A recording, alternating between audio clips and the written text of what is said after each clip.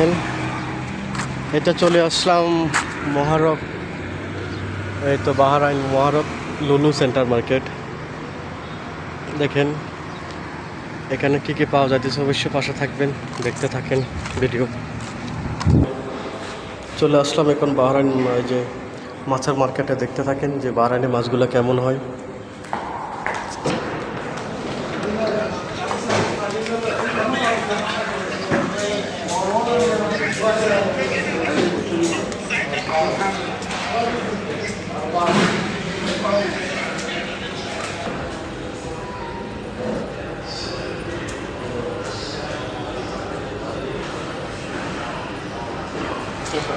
এটা